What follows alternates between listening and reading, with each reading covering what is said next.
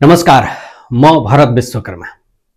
भदौ 23 र 24 गतेको जेनजी आन्दोलनपछि बनेको अन्तरिम सरकारका गृहमन्त्री ओम प्रकाश अर्यालले आफ्ना अभिव्यक्तिहरूलाई नियन्त्रणमा नराख्ने हो भने देश थप सङ्कटमा जाने निश्चित जस्तै देखिन्छ।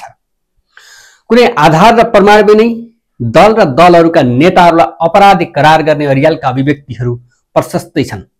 जेनजी आन्दोलनपछि केही नेताहरूले देश छोडेर भागेको आरोप लगाए, केही नेताहरू देश छोडेर भाग्ने तयारीमा छन् भन्ने आधारहीन अभिव्यक्ति दिए। पूर्व ऊर्जा मन्त्री दीपक खड्काले देश छोडेर भागेको आरोप लगाए, तर उनै खड्काले आफ्नै जलेको घरबाट ओम प्रकाश अर्यालको राजीनामा मागिदिए। लुटिएका हतियार र भागेका कैदीबन्दी प्रयोग नगर्ने भनी राजनीतिक दलहरूबाट प्रतिबद्धता आउनुपर्ने लज्जास्पद अभिव्यक्ति अहिलेका गृहमन्त्रीले नै दिएका हुन्। गृहमन्त्री भएको केही दिनमै तोडफोड र आगजनीमा संलग्नलाई कारबाही नगर्न प्रहरीलाई दबाब दिए। यी त ओम प्रकाश अर्यालले दिएका केही उदाहरणीय अभिव्यक्ति मात्र हुन्। कैयन यस्ता अभिव्यक्ति दिएका छन् कि उनी आफैले आफ्नो मर्यादा बिर्सिए जस्तो देखिन्छ। मूलत यो सरकार निर्वाचनका लागि गठन भएको सरकार हो। अप्रत्याशित घटनापछि सिर्जित विषम परिस्थितिमा निर्वाचन मार्फत सङ्कट समाधानका लागि विकल्पको रूपमा यो सरकार गठन भएको हो। यो सरकारको वैधानिकतामाथि थुप्रै प्रश्नहरू छन्। दलहरूले मात्र होइन, संविधानका विज्ञहरूले पनि अहिलेको सरकारको वैधानिकतामाथि प्रश्न उठाएकै छन्। संसद पुनर्स्थापना र अहिलेको सरकार गठन बदरको माग गर्दै सर्वोच्चमा झन्डै 1 दर्जन मुद्दा पुगिसकेका छन्। भलै अब संसद पुनर्स्थापनाको बाटोले भन्दा निर्वाचनको बाटोले देशलाई छिटो निकास दिन सक्छ। त्यसैले निर्वाचनलाई नै प्रधान मानेर अगाडि बढ्नु उपयुक्त हुन सक्छ। तर विडम्बना, निर्वाचन गराउनकै लागि बनेको सरकारले निर्वाचन गराउनेमा शङ्का उत्पन्न गराएको छ। यो सरकार आन्दोलनबाट, सडकबाट, शीतल निवास जहाँबाट बनेको भए पनि यसको मुख्य काम भनेकै निर्वाचन गराउनुपर्छ। जुन बाटो र जुन माध्यमबाट बनेको भए पनि यो सरकार अब सबैको अभिभावक बन्नुपर्छ।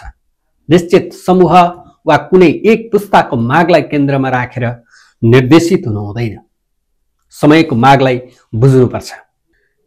यो सरकारलाई संविधान, कानून र राज्यका संरचना चलाउने अधिकार छैन। यसले पूर्ण रूपमा संविधान र कानूनको अधिकारमा रहेर निर्वाचन गराउनुपर्छ। नयाँ पुस्ताको माग अनुसार संविधान, कानून संशोधन गर्नुपर्ने भए यो सरकारले होइन, निर्वाचनपछि बनेको सरकारले नै गर्नुपर्छ। यसको अर्थ मैले केपी ओली, प्रचण्ड, शेरबहादुर देउवा नै फेरि राजनीतिको केन्द्रमा रहिरहनुपर्छ भन्न खोजेको होइन।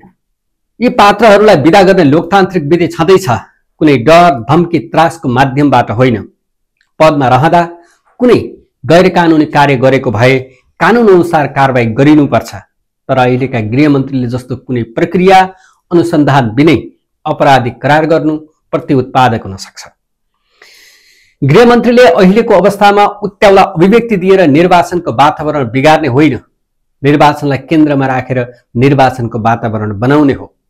अहिलेको अवस्थामा दलहरूलाई बाहिर राखेर निर्वाचन गर्न सम्भव छ?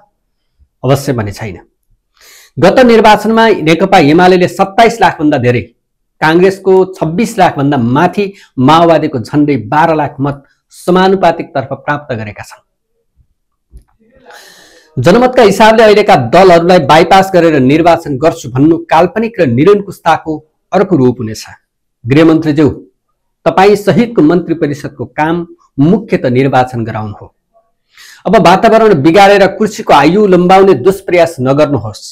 तपाईँलाई प्रश्न छ, लुटिएका हतियार, भागेका कैदीबन्दी प्रयोग नगर्ने भनी राजनीतिक दलहरूले प्रतिबद्धता जनाउनु पर्ने भनेको के हो?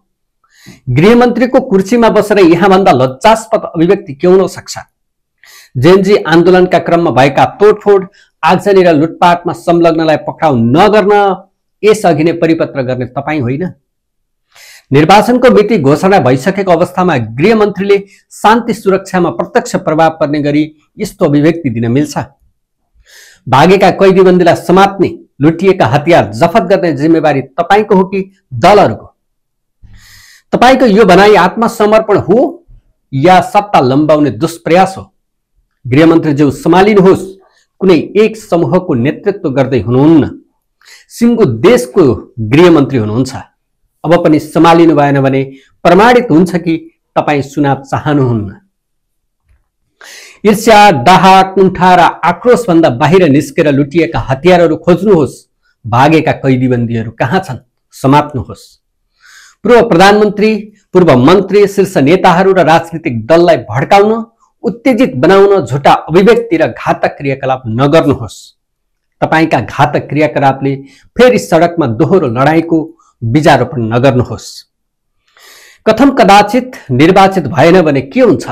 हेक्का राख्नुहोस्। देश त गम्भीर संकटमा पुग्ने नै छ।